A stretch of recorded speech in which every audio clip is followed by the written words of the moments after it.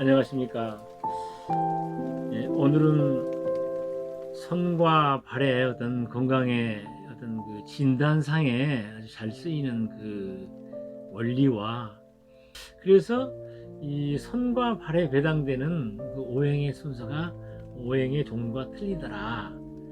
그래서 발에서는 음양 변화가 별로 없는 목, 간담, 또 토, 위비, 또 수, 신장, 방광에 대해서만 분포되어 있고, 또 진단을 하기 때문에 진단법에는 크게 뭐가 있죠? 발끝 정혈례법에서 진단 우물, 또 진단 바다가 있죠. 진단은 우물이 정혈이죠. 정혈이니까 얘가 가장 구부렸을 때 파워가 세야 됩니다. 이것을 이제 펴려고 할 때 저항하는 힘이 약한 장기가 음양 관계없이 같은 장부의 문제로 보시면 됩니다. 또 바다, 진단 바다에서는 뒤로 제끼는 거죠. 이때는 또 이제 장에 해당되는 장기들, 예를 들면 간, 또 비, 또 이제 신장이 해당되겠는데, 이때도 신장, 방광 같이, 간담 같이, 위비 같이 어떤 문제가 있는 걸로 봐서 치료하면 된다 하는 그런 이야기입니다. 특히 이제 발끝 정혈요법에 대해서 이제 많이 쓰이는데요. 실제 임상해 보면 굉장히 놀랍습니다.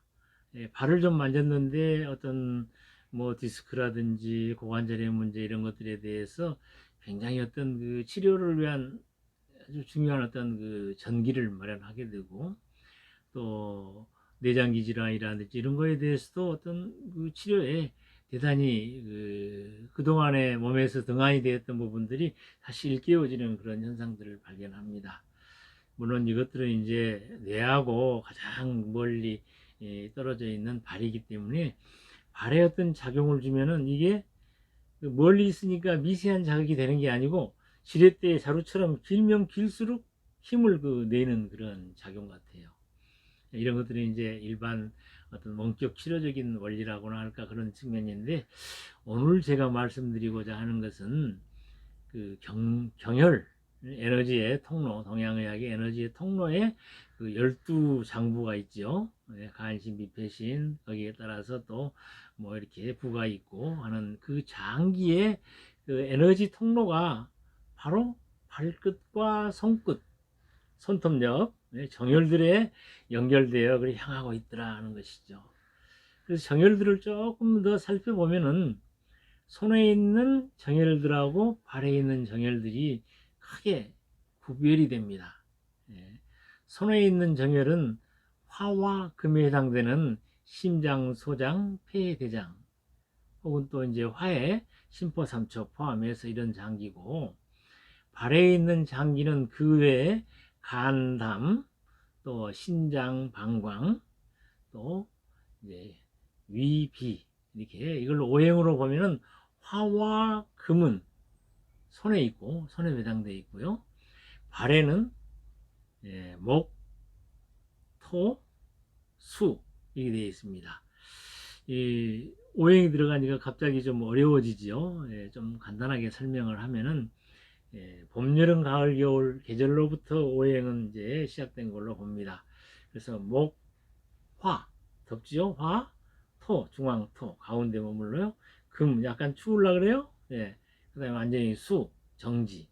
그래서 목과 제일 끝에 있는 수는 이 어떤 그 변화가 별로 없습니다. 시작하고 마쳤으니까 음양에 어떤 변화가 없어요. 근데 화라고 하는 것은 양변화이라고 저희는 그랬어요. 그래서 화에 해당되는 심장, 소장은 굉장히 대극 관계가 큽니다. 그리고 중앙 토는 또 위비가 같이 이렇게 중앙에 해당돼서 변화가 별로 없어요. 그리고 이 금은 폐금, 폐대장도 음양 관계가 큽니다. 발은 그렇게 이제 사용되는데, 손에 대해서도 한번 이제 생각을 해 보십시다. 손가락 엄지하고 검지하고를 이렇게 딱 잡아요. 이거 뭡니까? 오지요. 오링. 이거 돈 아닙니다. 오링 테스트예요. 이렇게 잡는 그 힘이 벌리려고 해보면은 어떨 때는 굉장히 강하게 잡고 있고 어떨 때는 느슨해져요. 다시 말해서 기분 좋을 때는 꽉 잡히는데 조금 언짢거나 우울하거나 풀어져 버린단 말이에요. 근데 기분뿐만이 아니고 사물에 대해서도 어떤 사물을 내가 나하고 적용시키고자 할 때 약이라든지 이런 것도 오링 테스트를 해볼 수가 있어요. 기술자가 제시된 사물이나 정신 상태를 인지하고 그에 따른 전신적으로 반응할 준비를 다 갖춥니다. 가급적 반복 테스트를 피하고 일기일회로 이번 한 번이 마지막 기회인 것처럼 실제감을 갖는 것이 좋습니다. 또 한 번 해보고 반복해보고 뭐 지금 하는 것은 장난이냐는 이야기죠. 장난이 아니고 실제적으로 한번 탁 측정하겠다는 그런 마음이 필요해요. 그리고 또 측정하고자 하는 사물은 말로써 이렇게 설명하기보다 가급적이면 옆에 있으면 사물을 직접 쥐고 혹은 또 얹혀놓고 오링 테스트를 하는 것이 좋다 하는 것이죠. 그리고 정신적인 부분에 대해서 예를 들어서 뭐 누구하고의 교우 관계를 지속하면 좋을까 혹은 또 뭐 좀 피해야 되나 든지 뭐 어떤 뭘 하려고 하는데 이것이 나에게 도움이 될까 어떨까 이런 것들에 대해서도 내가 인지하는 범위를 초월해 그 상태의 어떤 진실된 모습하고 통조될 수도 있습니다. 마음을 아주 차분하게 가지면 그런 상태에서 오링 테스트를 해볼 수가 있어요. 이렇게 사용하는데 이거에 대한 근거가 되는 것이 뭐냐, 우리 광명 수지침을 이해하는 분은 전신반응점이라는 게 있다는 것을 아실 겁니다. 전신반응점은 바로 합곡입니다.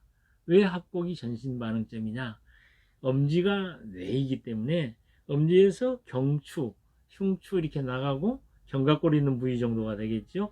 그 다음에 팔이 뻗습니다. 상처의 대표적인 그런 부위예요. 그래서 이 합곡이라고 하는 것은 뇌신경점 혹은 좌우 반응의 전신 반응점.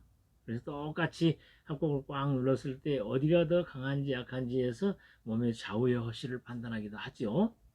그런데 이 두 손가락 엄지와 검지를 딱 집어서 이걸 경락학적으로 보면은 대장경이 상양, 2간, 3간 이렇게 합곡 이렇게 올라갑니다. 또 여기에서는 폐는 소상, 어제, 태연 이렇게 올라가고 요 두 손가락 다시 말해서 금에 해당되는 폐 대장에 이 속성을 지닌 이 손가락을 꽉 쥐어서 이걸 펼치려고 했을 때 강하게 잡고 있으면은 자기 몸을 이롭게 하고 더 강화시키는 것이란 이야기죠. 이러한 경락학적인 해설, 광명수이침적인 그런 원리 이런 것으로서 뭐 기본에 다른 이론들이 많이 있습니다만은 광명의학에서는 이 부분을 좀 이렇게 좀 일깨워주고 조금 더 보충하고자 합니다. 그 손에서는 오링 테스트, 발에서는 진단 우물, 진단 바다 나와 같은 방법으로 해서 그 경맥을 이용해서 그 치료를 한다. 단 발에서는 음양관계를 크게 대극관계를 따지지 않고 다음은 이제 넷째 발가락이죠. 이런 것으로 파악해서 좀 더 면밀하게 볼 수도 있습니다만은 면밀하게 보는 것은 또 다음 실기편에서나 더 보기로 하고, 오늘은 왜 발에서 진단을 우물 바다를 하는지 그 이유에 대해서 확실하게 전달해 드리고, 그것이 바로 경맥적인 특성과 음양오행의 태극도를 이용한 어떤 원리에서 나왔다 하는 것 정도로 아시면서 여러분들 건강관리에 많은 도움이 됐으면 좋겠습니다. 감사합니다.